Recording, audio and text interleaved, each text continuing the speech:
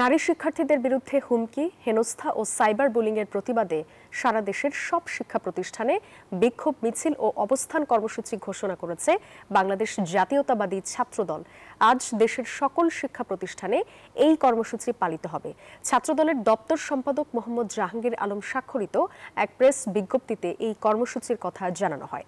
বার্তায় ছাত্রদলের সভাপতি রাকিবুল ইসলাম রাকিব এবং সাধারণ সম্পাদক নাসির উদ্দিন নাসির সকল নেতাকর্মীকে কর্মসূচি সফল করার এবং পাশাপাশি তারা নারী নিপীড়নের বিরুদ্ধে সামাজিক প্রতিরোধ গড়ে তোলার আহ্বানও জানান।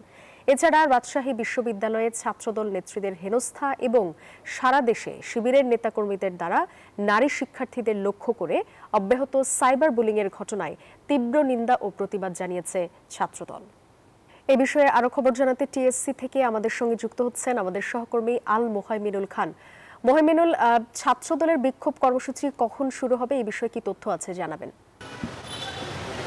ধন্যবাদ আপনাকে। আমি এই মুহূর্তে আছি ঢাকা বিশ্ববিদ্যালয় ক্যাম্পাসের টিএসসি প্রাঙ্গণে এবং সেখানে কিন্তু ছাত্রদলের কর্মীরা কিন্তু এরই মধ্যে এসে উপস্থিত হয়েছেন এবং তারা বলছেন যে লুকায়িত ছাত্রলীগ থেকে শুরু করে শিবিরের যারা গুপ্ত সদস্য আছেন তারা কিন্তু এখন সক্রিয় আছেন এবং তারা বলছেন যে ফাহমিদা আলমের কে হুমকি দেওয়ার ব্যাপারে যে ঘটনাটি ঘটেছে সেই ঘটনাটি কিন্তু আসলে কোনো একক ঘটনা নয়, দেশের বিভিন্ন জায়গায় কিন্তু ঘটনাটি ঘটেছে। এবং আমাদের সাথে কথা হয়েছে ছাত্রদলের ঢাকা শাখার সাধারণ সম্পাদক শিপনের সাথে। তিনি আমাদেরকে জানিয়েছেন যে যদিও ভিন্ন পরিচয় দিচ্ছে সেই যে কমেন্ট করেছেন ধর্ষণের জন্য সেই ছেলেটি, কিন্তু আসলে কিন্তু সে একজন গুপ্ত শিবির, কারণ শিবিরের বিভিন্ন প্রোগ্রামে তাকে দেখা গিয়েছে।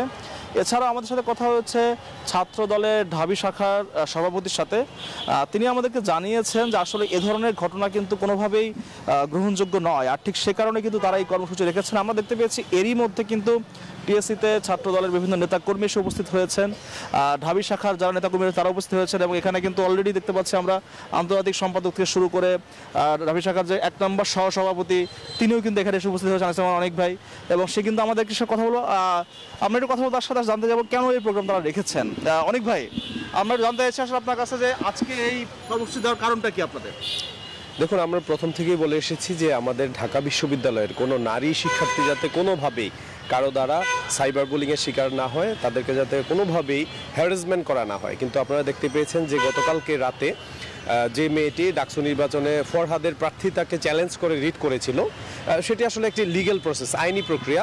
এটিকে শিবির আইনিভাবে মোকাবেলা করবে, কিন্তু সেটি না করে আমরা দেখতে পেয়েছি শিবিরের একজন সমর্থক, একজন কর্মী তার বিরুদ্ধে গণধর্ষণের পদযাত্রা করতে চায়। তো আমরা মনে করছি যে তাদের যে দৃষ্টিভঙ্গি, এই দৃষ্টিভঙ্গির জায়গা থেকে ঢাকা বিশ্ববিদ্যালয়ের নারীরা নিরাপদ নয়। আর কালকে থেকে আমরা দেখতে পেয়েছি যে তারা আলাদাভাবে দাবি করছে যে সে আসলে শিবিরের কর্মী না। তো যদি সে শিবিরের কর্মী না হয়ে থাকে তাহলে আপনারা আপনাদের তালিকা প্রকাশ করুন। এটি তো আসলে এক ধরনের শুভঙ্করের ফাঁকি। আপনারা আপনাদের কর্মীদের তালিকা প্রকাশ করবেন না, আবার আপনাদের বিরুদ্ধে প্রমাণ সহ যদি বলা হয় যে সে শিবিরের কর্মী, সেক্ষেত্রে আপনারা তার দায়কে স্বীকার করবেন না, অস্বীকার করবেন আপনাদের কর্মীকে। সেই জায়গা থেকে আমরা মনে করছি যে আমাদের ঢাকা বিশ্ববিদ্যালয়ের সাধারণ শিক্ষার্থীদের পাশে দাঁড়িয়ে প্রতিবাদ করা উচিত। কোনো হেনস্থাকারী, কোনো নারীকে উত্ত্যক্তকারী যাতে ঢাকা বিশ্ববিদ্যালয়ের মাটিতে সামনে থেকে তাদের এই ধরনের ব্যতিক্রম এবং তাদের নেতিবাচক মনোভাব আর প্রকাশ করতে না পারে, তার জন্যই আমরা এই প্রতিবাদ করছি।